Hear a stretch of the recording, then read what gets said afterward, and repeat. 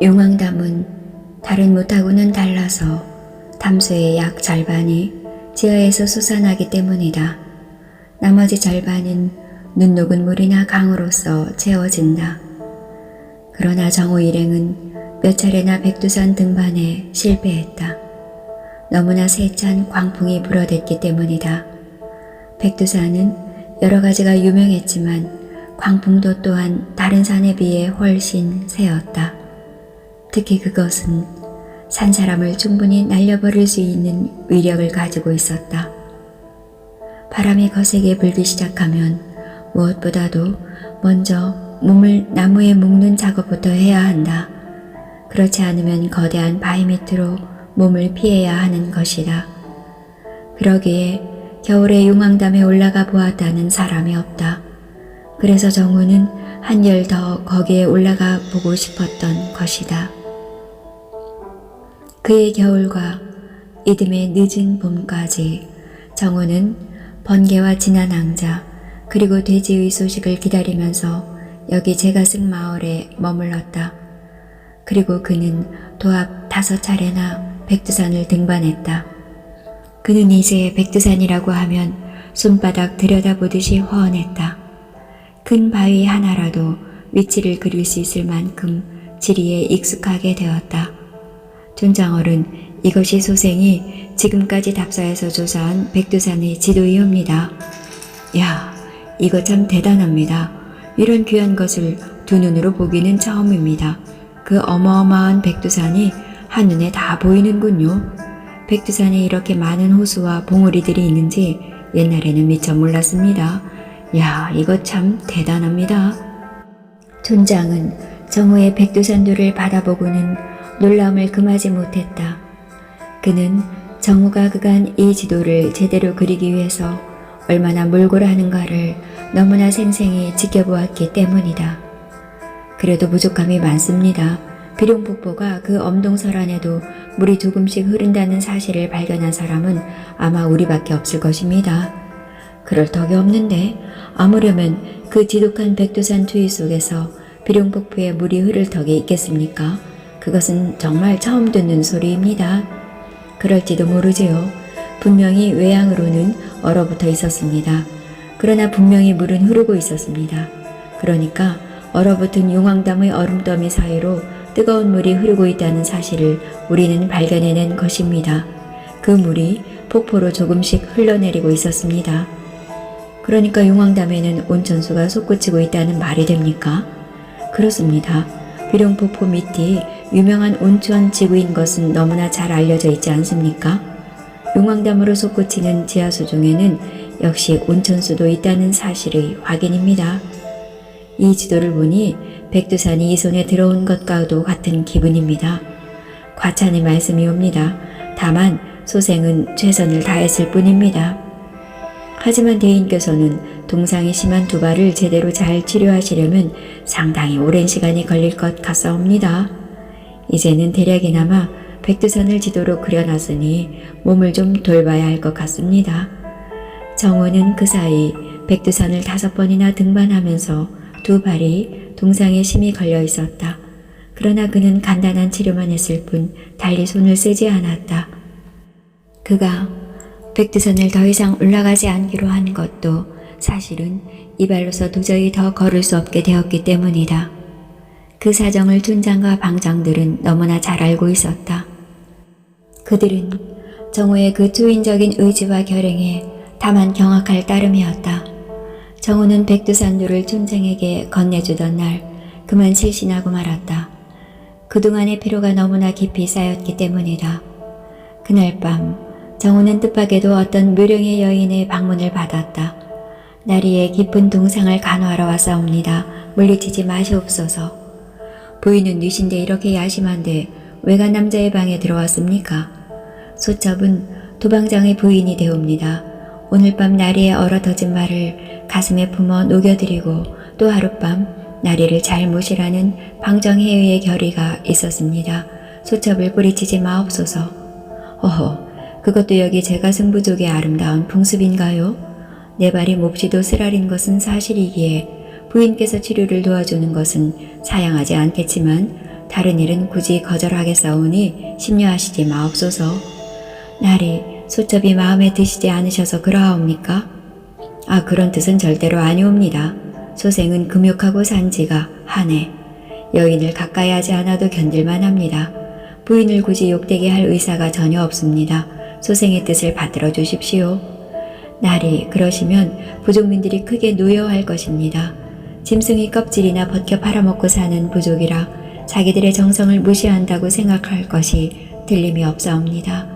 그런 점을 잘 알고 있기에 소첩도 부족회의 결정에 따르기로 하였사오니 절대로 뿌리치지 마옵소서. 호호호, 이를 어쩌나. 정호는 참으로 난처했다. 그러나 정호는 부인의 말이 조금 더 과장되거나 거짓이 아니라는 사실을 너무나 잘 알고 있었다. 벌써 여기 제가승 마을에 체류한 지가 반년 가까이 되어가고 있는 것이다. 그동안 그는 이 부족의 삶의 분위기를 너무나 잘 이해하게 되었다. 그들은 촌장을 중심으로 가부장적으로 확고부동하게 뭉쳐 있었다. 누구도 부족회의의 결정에 저항할 수 없으며 촌장의 권위에 도전할 수 없었다. 부인은 정우의 거절에도 불구하고 그의 발을 끌어당겨 손으로 주무르고 가슴에 붓기도 했다. 얼어붙은 부위의 수월한 혈액순환을 위해서 여기저기 침을 놔놓았기 때문에 혈흔이 낭자한 발이었다. 부인, 우리가 백두산에서 한 일이 무엇이었습니까? 약초를 캐는 일이 아니었습니까? 그래서 소생은 당기사역탕을 만들어 다려 먹고 있습니다. 여기에다 생강과 오수유 그리고 인삼을 조금 넣어 다리게 했더니 몸에 열이 나고 훈기가 돌기 시작하는 것 같습니다. 정우는 아름답고 정숙한 여인의 혼신을 다하는 정성을 보니 여간 감동되지 않았다.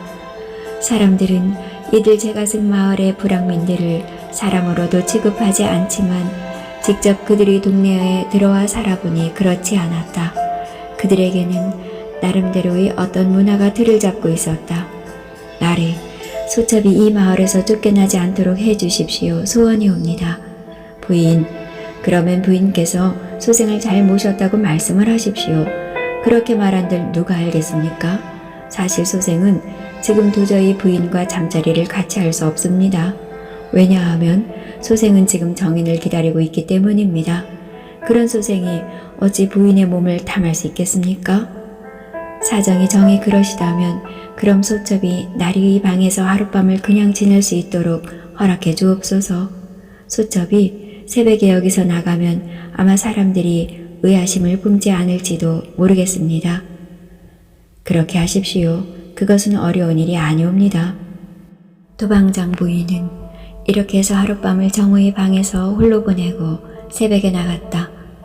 정우로서는 자신이 아무리 제가승 마을에 몸을 의탁하고 있지만 지난 낭자를 기다리고 있는 지금의 자신으로서는 죽어도 그런 짓을 할 수 없었다.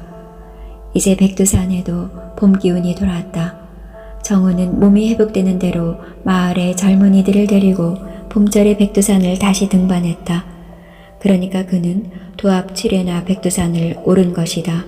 물론 겨울철의 등반은 용왕담까지 올라가지 못한 적도 여러 번 있었다. 눈보라와 바람이 워낙 거셌기 때문이다. 백두산에는 어딘지 모르게 사라졌던 안개가 돌기 시작했다. 지독한 추위와 바람이 물러갔다는 뜻이다. 정우는 더 이상 지난 낭자를 기다릴 수 없다는 생각을 했다.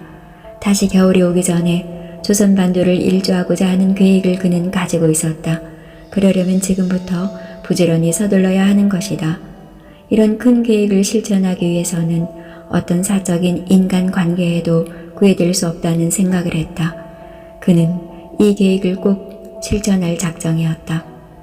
7회째 백두산 등반에서 하산하던 날 정호는 한돌이로부터 조금 흥미로운 보고를 받았다. 촌장까지 같이 그의 방으로 왔던 것이다.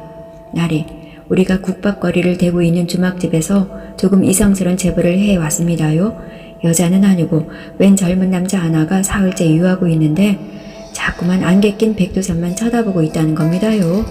그리고 백두산을 지금쯤 올라갈 수 있느냐, 겨울철에 백두산에서 내려오는 사람이 있었느냐, 지난 가을철에 여기에 장기 체류하는 과객이 있었느냐 하는 식으로 괴상스런 질문을 던지면서 자기는 축지법을 쓸 줄 알기 때문에 조선팔도를 단 한 달에 일주할 수 있다는 말도 한다고 합니다요. 이 사람이 혹시 나리께서 기다리는 사람이 아닐깝쇼? 내가 기다리는 사람은 낭자이다. 그런 남자가 대동할 수도 있을 것이다. 그럼 어디 한번 같이 가볼까나? 그러시지요. 오후에 가야만 좋을 듯 싶습니다. 요사이 부쩍 월강하는 사람들이 많아서 국경의 경비가 한결 강화되었습니다. 오늘 오후에 남문 경비를 서는 나졸이 우리하고는 조금 통하는 사람입니다. 그래야만 일이 수월할 것만 같사옵니다. 그렇게 하시지요. 정호는 촌장의 조언을 받아들였다. 이들 제가승 마을의 사람들이 말단 관줄들을 꿰는 방법이란 잡은 소의 곱창이나 뼈를 갖다주는 도리밖에는 없었다.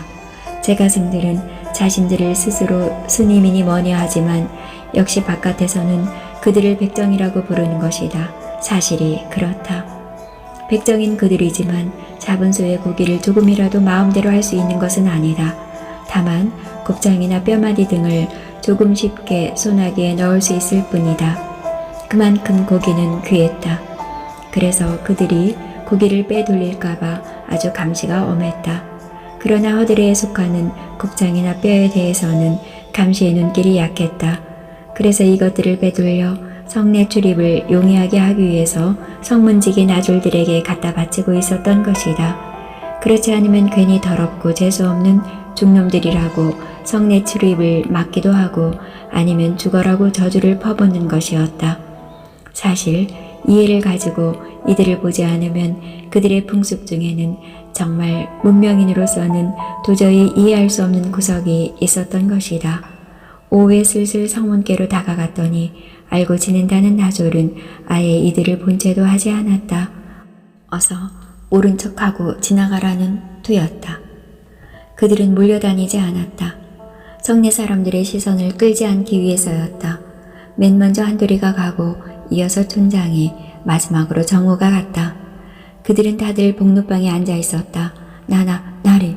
정호를 보자마자 번개란 놈은 너부죽이 절을 했다. 오냐 번개로구나. 죽지 않고 살아있었구나. 반년을 여기서 기다린 보람이 있구나. 그래 진야낭자는 나리 흐흐. 번개는 말을 잃고 울음부터 터뜨렸다.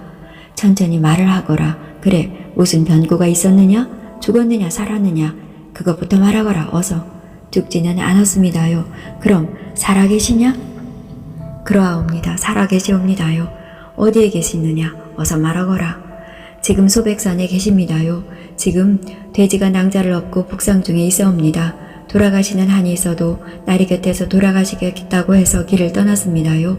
한겨울이라 백두대간의 날씨가 얼마나 차가운지 도저히 길을 떠날 수 없었습니다요. 무슨 일을 당했느냐? 어서 말해보아라. 진한왕자에게 야심을 품고 있는 부두령 때문에 서둘러 길을 떠날 수 없었습니다요. 그러다가 늦은 가을이 되어서야 탈출해서 백두대간을 타고 북상했는데 날씨가 너무나 추워 도무지 앞으로 나아갈 수가 없었습니다요. 그러다가 소백산 한복판에서 낭자께서 그만 동상에 걸리고 말았습니다요. 절대적으로 동굴이나 구덩이 속에서 잠을 자야 한다는 사실을 잘 알고 있었지만 동굴도 동굴 나름이라 너무 큰 동굴은 오히려 한대와 다르지 않았습니다. 나무 뜬 걸로 불을 피우고 잤는데도 아침에 일어나 보니 낭자의 몸이 돌덩이처럼 얼어 있었습니다요. 그래서 어떻게 했느냐? 하는 수 없이 소백산 마을의 화전민촌으로 들어가 나이든 부부를 베어버리고 그 집에서 두어 달가량 그들의 식량으로 살았습니다요. 그리고 지성으로 낭자를 간호했었죠. 그래서 조금 몸이 풀리기는 했습니다만 왜 두 늙은이를 베었느냐? 그런 참혹한 짓을 하면 절대적으로 벌을 받게 된다. 처음에는 우리를 잘 대해주던 늙은이들이 사나리 마을과 내통하려는 눈치를 보였습니다요. 그래서 후환을 막기 위해 베어버렸습니다요. 그러면 우리는 영원히 산적을 면하지 못하게 된다. 하지만 나리, 삼미 동네 사람들이 곡괭이와 낫을 들고 떼를 지어와서 덤비면 저희가 어떻게 당할 수 있습니까요? 낭자는 아파서 누워있지. 돼지와 이놈이 수십 명의 화전민 남정네들을 무슨 수로 당할 수 있습니까요? 죽여라. 그렇지 않으면 죽는다는 사고방식을 우리는 어서 버려야 한다. 그것이 산적의 습성이다. 상대방을 살려야 나도 살 수 있다고 우리는 사고방식을 바꾸어야 한다.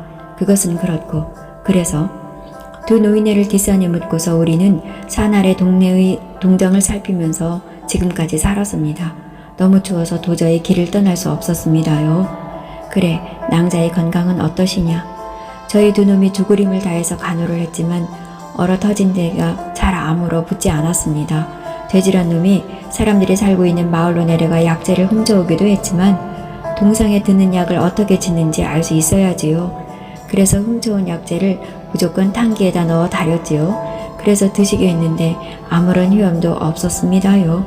그래서 낭자를 업고 어느 고을로 내려갔었죠. 풍기라는 이름이 꽤 큰 고을이었습니다요. 어마하게 큰 재가 있었는데 그 재 아래에 있는 큰 고을이었습니다요. 마침 장씨가 서고 있었는데 쇳내들은 정말 세상을 모르고 살았다는 사실을 처음으로 깨달았습니다요. 왜냐하면 쇳내들 모습이 너무나 산 도적놈 같았습니다요. 얼어 죽지 않으려고 하나하나 주워입은 옷가지들이 너무나 너덜너덜한 누더기가 되었고 머리는 귀신같이 되고 말았었죠. 거기다가 발에서는 진물이 흐르고 있으니 쇳내들을 산적으로 보는 것은 당연했습니다요. 그렇게 예쁘신 진한 낭자도 마개 말멍같이 보였으니까요. 단번에 사람들이 쇳내들 주변에 꿰기 시작하는데 자칫하다가 나돌들이라도 들이닥치는 아래는 영락없이 붙잡히는 신세가 되고 말 것 같았습니다요. 도적이 제발 저리다고 약국에는 가보지도 못하고 도망을 치고 말았습니다요. 쇳내들은 그때 쇳내들 자신을 알게 되었습니다요. 쇳내들이 보통 사람들이 아니라 산적이라는 사실을 그때서야 깨달았었죠. 나리께서 그렇게도 간절히 총칼을 버리라고 말씀하신 이유를 알만했습니다요. 그래서 어떻게 했느냐? 풍기라는 고을로부터 도망을 쳐서는 아주 산골로 갔습니다요. 마침 그곳에 빈집이 있어서 나무를 해와 구두를 덮이고 해서 낭자를 모셨습니다요. 돼지는 다시 인근 마을을 뒤져 식량을 훔쳤었죠. 크게 표가 나지 않도록 조금씩만 훔쳤었죠. 그랬더니 눈치를 채지 못하더군요. 봄이 되기를 기다리면서 주위와 허기와 싸웠습니다요. 그래서 날이 좀 풀리자 이놈이 먼저 떠나고 돼지가 날이 좀 더 풀리면 낭자를 업고 떠나기로 했습니다요. 낭자는 두 발에서 진물이 거치지 않아 결국 걸을 수가 없습니다요.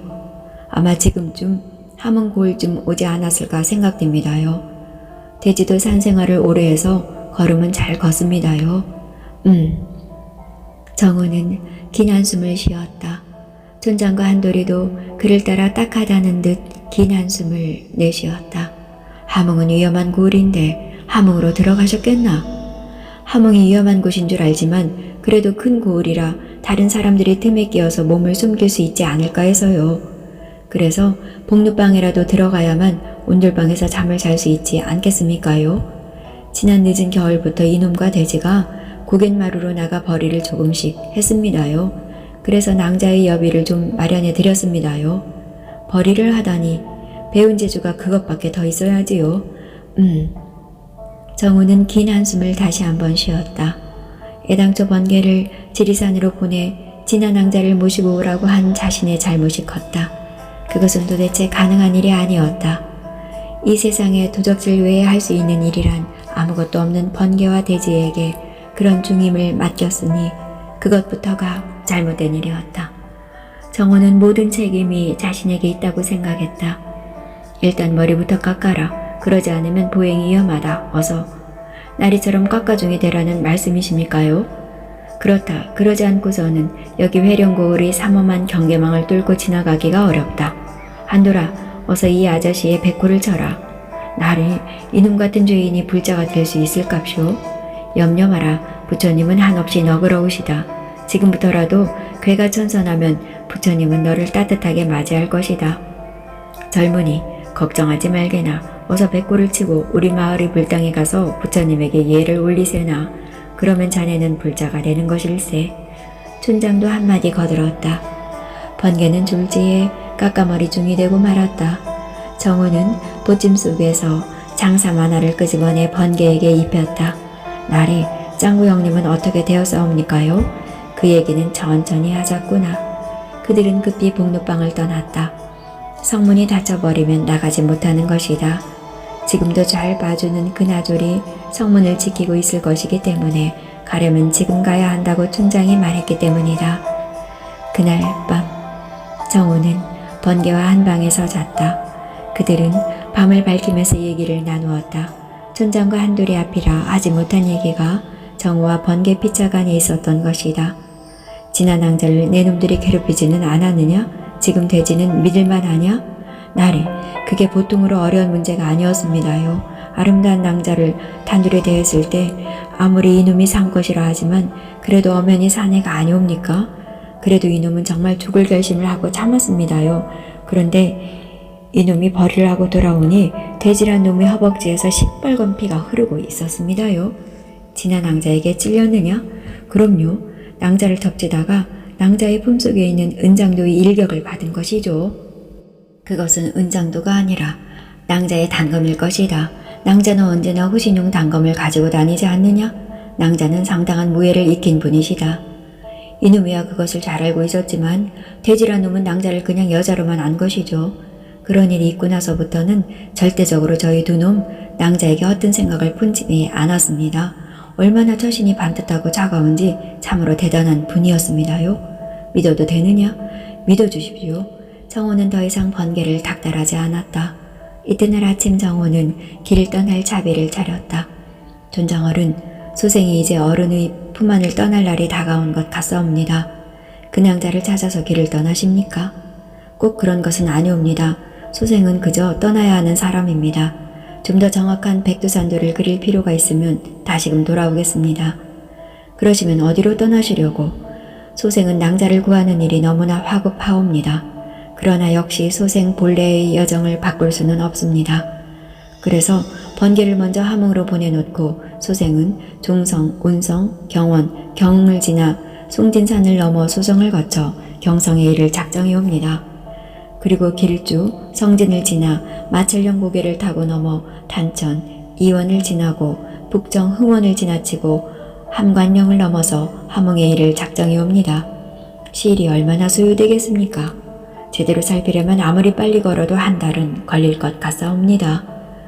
그러면 번개가 성천을 타고 고원의 계곡 속으로 파고들어 수성천과 이어진 장백정맥을 빠져나가 경성으로 해서 같은 길로 남아하는 데는 얼마의 시간이 걸릴 것으로 예측하십니까?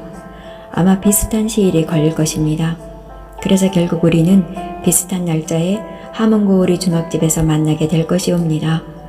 그러면 대인께서는 그 험한 북간 땅을 혼자서 걷겠다는 것이옵니까?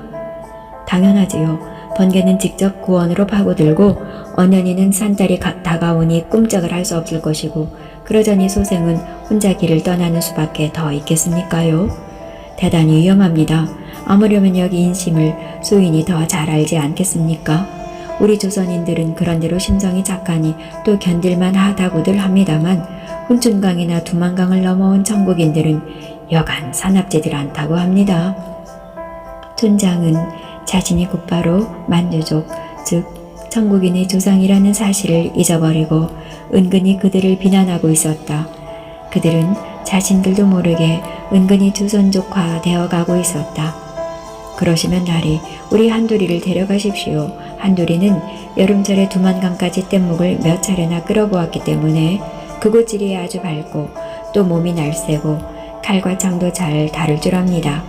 그리고 두만강변을 따라서 여러 마을에 아는 사람들도 많습니다. 아마 나리께 큰 도움이 될 것이옵니다. 너무 감사합니다. 그러나 한돌이가 좋아할는지. 나리, 소인놈을 데려가 주십시오. 죽을 힘을 다해 나리를 돕겠나이다. 소인놈도 지도를 너무 잘 그리시는 대인을 따라다니면서 넓은 세상을 한번 구경해보고자 합니다. 함흥에는 없는 것이 없다는 말을 들었습니다. 한양 사는 사람들이 함흥의 물산들을 구경하러 온다는 말도 들었습니다. 결심을 단단히 하여야 한다. 그냥 구경하려는 욕심만으로는 아마 큰 고생을 감당하지 못할 것이다. 나리, 소인놈도 나리께 지도 그리는 법을 배우고 싶습니다. 그리고 진설을 좀 더 많이 깊이 있게 깨치고 싶습니다. 그렇다. 그런 욕구가 강해야만 부르튼 발을 주무르면서 조선 팔도를 돌아다닐 수 있다. 그럼 같이 떠나자.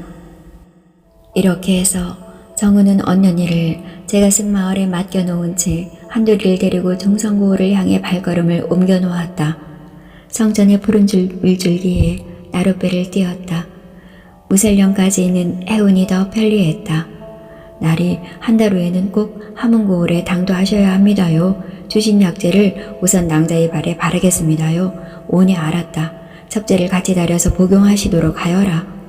촌장과 도방장, 4명의 방장들, 그리고 그들의 부인들과 소첩들, 배가 한껏 불러오른 언년이, 그리고 온 동네 사람들이 동네 어귀로 나와 이들을 전송했다. 개중에는 소리내어 우는 사람들도 있었다. 정호에게 깊이 정이 든 사람들이었다. 촌장의 첩과 도방장의 부인이 바로 그런 사람들이었다. 이별을 슬퍼하는 사람들의 마음을 잘 헤아리는지 정호와 한돌이 그리고 번개는 오랫동안 손을 흔들어댔다. 회령 중성 간이 백리가 될까 말까 하는 거리였으나 정호는 그날 해걸음역에야 중성고을의 성문 앞에 이르렀다. 경흥고을에 당도하다. 정호는 고을과 고을 간의 거리 측정을 도보로 하기로 결정했다. 도저히 기리고차를 이용할 수 없다는 결론을 내렸던 것이다. 조선 땅에는 그것이 불가능했다. 워낙 험악한 산지가 전국적으로 깔려있기 때문이었다. 정호는 고을성의 남문을 무사히 통과할 국리를 했으나 별 뾰족한 수가 없었다. 그는 두 손을 합장한 자세로 문지기를 향해서 관세음보살 나무아 및 타부를 부르짖을 수밖에 없었다. 듣기 싫다. 이놈의 중대가리 놈들아. 이 다음에 내 마누라 중년이나 끌고 와서 하룻밤 바쳐라. 어서 꺼져라 이 냄새나는 놈들아. 나졸은 무슨 일로 심사가 틀어졌는지 죽어라 욕지거리를 퍼부었다. 정호는 제 가슴에 복장을 한 것이 참으로 편리하다는 생각을 했다. 자기를 달리 더 의심하지 않았던 것이다. 그는 역시 북루방을 얻어놓고는 종성고을의 풍물과 역사적 유물을 구경하러 나왔다. 한돌이는 종성을 마치도 자기 집 안마당처럼 뛰어다녔다. 아는 사람들도 많았다. 그는 거리에서 연신 아는 사람을 만나서 고개를 끄덕거리면서 인사를 해댔다. 한돌아, 너는 어찌하여 이름이 한돌이가 되었느냐? 그거야 간단하옵죠. 소인놈이 한 데서만 잠을 자기 때문입니다요. 한 데라니 겨울에도 한 데서 잠을 잔단 말이냐? 그럴 수는 없죠. 얼어 죽으니까요. 하지만 겨울에도 방문을 열어 놓아야만 잠을 잘 수 있사옵니다요. 그래서 한돌이가 되었구나. 그래, 여기 종성은 무슨 유적이 제일 유명하더냐? 그거야 저기 수왕루죠. 저기 저 3층 건물이 바로 수왕루입니다요. 오랑캐족의 항복을 받았던 곳이죠. 예, 이놈아. 내 놈은 오랑캐가 아니냐. 말을 함부로 하면 못 쓰느니라. 그래도 저희는 조선 땅 안으로 들어와 사는 오랑캐죠. 그래서 사는 데는 염려가 없었죠. 그러나 우디거족 여진인들은 정말 못됐습니다요. 이놈들이 바로 저희가 떠나온 오음의 지방의 저희 부족인 오두리족을 침공해서 저희 부족의 추장과 아들을 찔러 죽였다고 하던뎁쇼. 그거야 너무나 잘 알려진 일이 아니냐. 내가 너희 마을에 도착하던 날의 다음 날에 있었던 제사가 바로 그 제사였을 것이다. 촌장 어른은 나에게 그런 설명을 해주시지 않았지만 나는 그런 짐작을 하고 있었다. 나리, 여기 6고를 육진이라고 한다면서요? 그렇다. 우리가 둘러본 회령을 비롯해서 여기 종성, 그리고 우리가 곧 보게 될 온성, 경원, 경흥, 그리고 우리가 엇비슷하게 지나쳐온 부령을 합쳐 육진이라고 한다. 세종대왕 시절에 김종서 장군이 개척하신 고을들이다. 한마디로 말해서 귀순이 오지 않은 여진인들을 물리치기 위한 변경의 진지였다. 하지만 나리, 저희 부족 사람들은 조선인 장군들 중에서 오노사부라를 제일 대단한 사람으로 치는데 그 사람이 누구입니까요? 그분이 환조, 즉 태조대왕의 아버님 되는 분이시다. 일반적인 함자는 자자, 춘자를 쓴다. 이 일대가 조선의 땅이 된 원인 중에 하나는 역시 환조님의 공이 너무나 크다고 하지 않을 수 없다. 그전에는 여기는 완전히 몽고의 땅이었다. 고려조 말리였다. 그런 상태에서 여기 이 지방을 조선으로 끌고 들어온 최초의 인물이 곧바로 환조 어른이시다. 그래서 삭방도만 호겸 병마사로 이 지방을 처음으로 조선 조정의 지배하에서 통치를 받게 했던 것이다. 하지만 태조대왕이 죽고 여기 변경지방에는 치안이 아주 불안해졌다. 조금 전에 말한 바와 같이 호전적인 우디거족과 오랑캐족이 변경을 수시로 침입했기 때문이었다. 그래서 종성과 온성 그리고 경원부를 버리고 한 200리는 남하에 있는 경성부로 여기 북간치소를 옮겼던 것이다. 그러니까 서북 방면이 폐해 사군과 다르지 않다. 그런 결과로 불영 이북은 여진족의 손에 방치되어 버린 결과를 낳았다. 그러다가 세종조의 명신 김중서 장군의 적극적인 주장으로 다시 북방 경략에 나서게 되었으며 그 전투기지로 불영고을의 옛 이름인 성막에 영북진을 설치하였다. 그러던 중 여진의 우디거족이 오음의 오도리족을 치는 사건이 일어났고 여진족은 격심한 내분에 휩싸이게 되었다. 그래서 이 기회를 잡아 세종대왕은 김중서 장군을 함길도 절제사로 임명하여 적극적으로 육진개척에 나서게 되었단다. 나리, 김중서 장군이 하신 일을 좀 더 자세하게 알려주십시오. 그놈 참 알고 싶은 것도 많구나. 나는 내 놈도 알다시피 빨리 함흥으로 가야 하는 사람이다. 내 놈하고 긴 얘기를 나눌 시간이 없구나. 말 잘 타고 칼 잘 쓰는 여진족을 여기 두만강 연안에서 완전히 몰아내기가 쉽지 않았을 터인뎁쇼. 물론이다. 김중서 장군이 제일 먼저 한 일은 성막의 영북진을 좀 더 북상시켜 지금의 행영으로 옮긴 것이다. 그래서 종성군이 되었다. 다음에 호전족 여진족의 내침 우려가 가장 많은 알목하에 회령진을 설치하여 군사시설을 튼튼히 했다. 이것이 후에 회령고을로 변한 것이다. 그리고 북어에 있던 경원부를 회질가로 옮긴 것이 지금의 경원고을이다. 다음으로는 공주의 예터에 궁성현을 두었는데 이것이 세종 19년에 경원고을로 변하게 된다. 하지만 경원과 종성이 두만강에서 너무 멀리 떨어져 있어서 효과적으로 여진족의 침입을 막을 수 없다는 판단이 서게 되었다. 그래서 세종 22년에 행영의 취소로부터 종성을 바로 지금 우리가 걷고 있는 수주로 옮겼고 현 경성의 위치인 다운평의 신설로 하나의 고을을 만들었으니 그것이 운성이다. 그 다음 해에 획기적인 일이 일어나는데 한두려야 나는 이 점을 기필코 확인해야 한다. 아니, 육진이 생긴 경과를 잘 말씀하셨는데 또 무슨 일이 일어났습니까요?